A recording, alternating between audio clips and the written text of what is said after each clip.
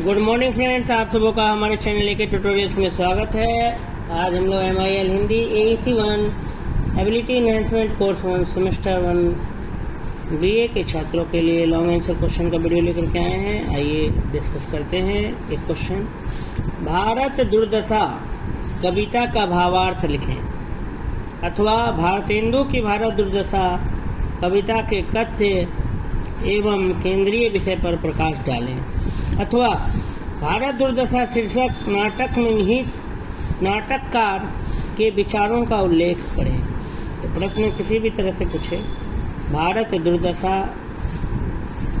नामक अगर पूछेगा कोई भी क्वेश्चन किसी भी तरीके से, तो उसका उत्तर एक ही होगा। तो भारत दुर्दशा कविता का भावार्थ लिखना है, या भारतेंदु की भारत दुर्दशा कविता के कथ्य एवं केंद्रीय विषय पर प्रकाश डालने अगर कहा जाए, या फिर भारत दुर्दशा शीर्षक नाटक में निहित नाटककार के विचारों को उल्लेख करने कहा जाए, सबका उत्तर एक ही होगा।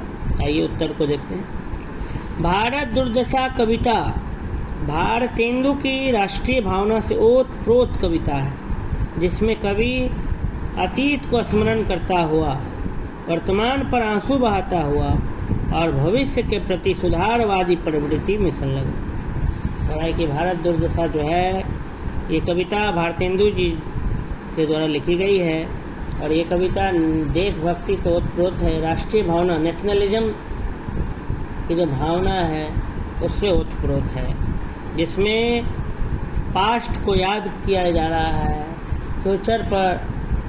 फ्यूचर के लिए जो क्या क्या रिफॉर्म्स कर सकते हैं, सुधार, उस पर ध्यान दिया जा रहा है, और वर्तमान पर, प्रेजेंट पे आंसू बहाया जा रहा है। इस प्रवृत्ति को दर्शाया गया।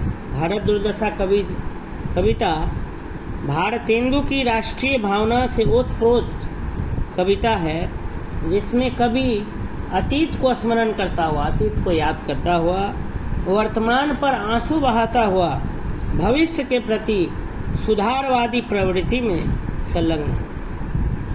ठीक है, तो भारत दुर्दशा कविता जो है वो भारतेंदु की राष्ट्रीय भावना से ओतप्रोत कविता है, जिसमें कवि अतीत को याद करते हुए, वर्तमान पर आंसू बहाते हुए और भविष्य के प्रति सुधारवादी प्रवृत्ति में क्या है, संलग्न है। कवि भारत की दीनहीन दशा पर सभी भारतवासियों को विचार करने का आमंत्रण देते हैं। रोबहु क्रिया यहाँ मात्र रुदन के अर्थ में प्रयुक्त नहीं हुई, रोने के अर्थ में प्रयुक्त नहीं हुई, बल्कि इसका भावार्थ अति गंभीर है। यहाँ सभी भारतीयों का एक साथ, सभी मिलिका है, समग्र रूप में आह्वान है, चाहे वह शिक्षित हो या अशिक्षित, धनिक हो या निर्धन, उच्च जाति का हो या निम्न जाति का, सभी के समक्ष इस विराट, ठीक है, की समस्या योगी रखता है। इन दो पंक्तियों में एकता का भाव भी छुपा है। सभी को मिलकर भारत की दुर्गति पर विचार करना है, क्योंकि यह समस्या किसी व्यक्ति की न होकर समूह की है, व्यष्टि की न होकर समष्टि की। उस भारत की दुर्दशा हो रही है जो कभी विश्व का सिरमौर था। मानव सभ्यता का जहाँ सर्वप्रथम विकास हुआ था, जिस देश की भाषा संस्कृत विश्व की प्राचीनतम भाषा मानी जाती है, जिसे ईश्वर ने अन्य देशों की तुलना में सर्वप्रथम समृद्धि दी, ज्ञान विज्ञान का सूर्य जहाँ सबसे पहले उदित हुआ, आज वह देश विश्व के सभी देशों से पीछे है। भारतेंदु यहाँ वैदिक कालीन भारत की उपलब्धियों की ओर इशारा करते हैं। 19वीं शताब्दी के अंत तक सिंधु सभ्यता की खोज नहीं हुई थी, अतः यह कहना कि भारतेंदु सिंधु कालीन आर्थिक समृद्धि की ओर ध्यान आकर्षित करते हैं तो यह अनुचित होगा। भारतेंदु वैदिक कालीन भारत की तस्वीर सामने रखते हैं। यहाँ वे जिस भारत के गौरव से मुग्ध हैं, वह वैदिक साहित्य और पुराणों में चित्रित भारत है। वैदिक साहित्य और वैदिक पुराण में चित्रित जो भारत है, उस भारत की बात कर रहे हैं भारतेंदु जी। कवि क्रम से उन राजाओं, योद्धाओं, महापुरुषों का स्मरण करता है, जिनकी वीरता और कायरता से पुराण और महाकाव्य भरे पड़े हैं। वह इन सभी के नाम के उल्लेख करते हैं, किंतु उनके ख्यातिपूर्ण कारनामों पर मौन है। यहाँ अल्प शिक्षित पाठक या दर्शक के समक्ष भावार्थ समझने में कठिनाई उत्पन्न होती है। उसे शाक्य हरिश्चंद्र, नहुस, ययाति, राम, युधिष्ठिर, वासुदेव, भीम, कर्ण, अर्जुन के उज्जवल चरित्र से परिचित होने के लिए अन्य पाठ्य सामग्री की भी सहायता लेनी पड़ सकती है। अभी इन महत्वपूर्ण पौराणिक ऐतिहासिक महापुरुषों का नाम उल्लेख करते हुए भारत की वर्तमान स्थिति पर दुख प्रकट करते हैं। जो भारत अपने यशस्वी, त्यागी, साहसी राजाओं के लिए विख्यात था, उस भारत में सर्वत्र किम कर्तव्य विमूढ़ता, क्या करें क्या ना करें, द्वेष और अज्ञान का साम्राज्य है। चतुर्दिक कष्ट ही कष्ट है, चारों दिशाओं में कष्ट ही कष्ट। चतुर्दिक, दिक माने होता है दिशा। योगी कहता है कि भारत की यह दुर्दशा असहनीय है। कभी यहाँ भारत के अतीत गौरव का स्मरण याद कराकर आत्म अभिमान जागृत कराना चाहता है, भारतीयों की हीन भावना से उनको मुक्त कराना चाहता है। वह भारत की वर्तमान स्थिति पर दुख प्रकट करता है, क्षुब्ध होता है, सामूहिक विलाप का आह्वान करता है। इसलिए क्योंकि वह चाहता है कि भारत अपने अतीत में प्राप्त उपलब्धियों को पुनः फिर से प्राप्त करे। अगर सबसे आगे न भी रहे तो सबसे पीछे भी न रहे।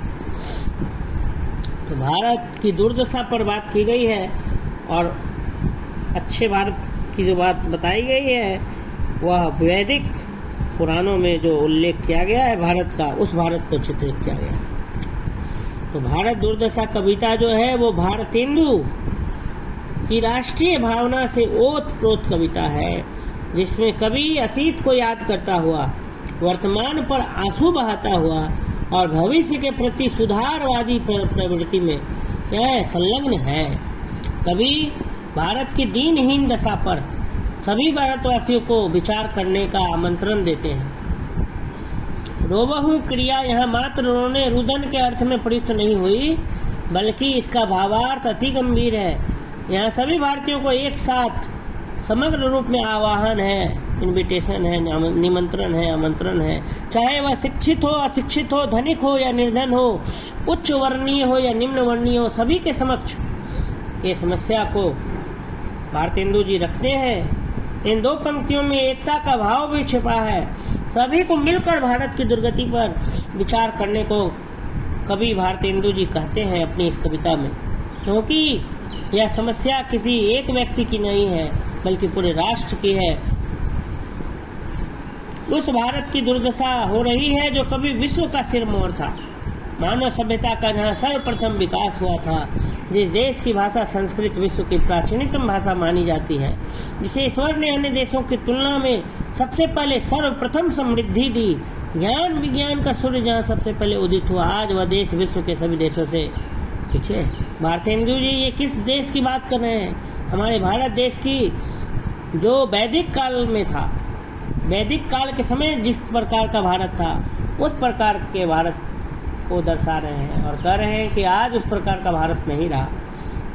भारतेंदु यहाँ वैदिक कालीन भारत की उपलब्धियों, अचीवमेंट्स की ओर इशारा करते हैं। 19वीं शताब्दी के अंत तक सिंधु सभ्यता, सिंधु की खोज नहीं हुई है। तो यह कहना कि भारतेंदु जी जो है सिंधु कालीन आर्थिक समृद्धि की ओर ध्यान आकर्षित करते हैं, तो यह अनुचित होगा। मतलब सिंधु कालीन भारत की बात नहीं हो रही है, ये वैदिक कालीन भारत की बात हो रही है। भारतेंदु वैदिक कालीन भारत की तस्वीर सामने रखते हैं। यहाँ वे जिस भारत के गौरव से, जिस भारत के समृद्धि से, जिस भारत के प्रोस्पेरिटी से, जिस भारत को सिरमौर बता रहे हैं, वह वैदिक साहित्य और पुराणों में चित्रित भारत है। कवि क्रम से उन राजाओं, योद्धाओं, महापुरुषों को याद दिलाते हैं बारी बारी से, क्रम से, जिनकी वीरता और कायरता से पुराण और महाकाव्य भरे पड़े हैं। वह इन सभी के नाम उल्लेख करते हैं अपनी कविता में, किंतु उनके ख्यातिपूर्ण कारनामों पर चुप है, मौन है। यहाँ जो अल्प शिक्षित, जो कम पढ़े लिखे पाठक हैं या दर्शक हैं, उनके समक्ष कवि के भाव को समझने में कठिनाई हो सकती है, क्योंकि उसको भावार्थ को समझने के लिए बहुत सारे महाकाव्य और पुराण का क्या करना पड़ेगा, अध्ययन करना पड़ेगा। तब जाकर के हम भारतेंदु जी की ये जो कविता है उसके भावार्थ को समझ पाएंगे भली भांति। हरिश्चंद्र, नहुस, ययाति, राम, युधिष्ठिर, वासुदेव, भीम, कर्ण, अर्जुन के उज्जवल चरित्र से परिचित होने के लिए अन्य पाठ्य सामग्री और भी हमें स्टडी मटेरियल्स की सहायता हमें लेनी पड़ सकती है। कभी इन महत्वपूर्ण, इम्पोर्टेंट, पौराणिक और ऐतिहासिक महापुरुषों के नाम उल्लेख करते हुए, नाम को बताते हुए भारत की वर्तमान स्थिति पर दुख प्रकट करते हैं कि जो भारत अपने यशस्वी, त्यागी, साहसी राजाओं के लिए विख्यात था, फेमस था, विख्यात माने फेमस, उस भारत में सर्वत्र हर जगह किम कर्तव्य विमूढ़ता, द्वेष, ईर्ष्या, अज्ञान, ये सब का आज साम्राज्य फैल गया है। चतुर्दिक हर जगह कष्ट ही कष्ट है। योगी कहते हैं कि भारत की यह दुर्दशा असहनीय है, अब सहा नहीं जाए। कभी यहाँ भारत के अतीत गौरव का स्मरण कराकर, याद कराकर आत्माभिमान अपने अंदर, ठीक है, प्राउड, आत्म अभिमान जागृत कराना चाहते हैं। भारतीयों की हीन भावना से उनको मुक्त कराना चाहते हैं। वह भारत की वर्तमान स्थिति पर दुख प्रकट करते हैं, क्षुब्ध होते हैं, सामूहिक विलाप का आह्वान करते हैं, क्योंकि वह चाहते हैं कि भारत अपने अतीत में जो प्राप्त उपलब्धि है उसको पुनः फिर से प्राप्त करे और हमारा देश जो है आगे की ओर, प्रगति की ओर बढ़े।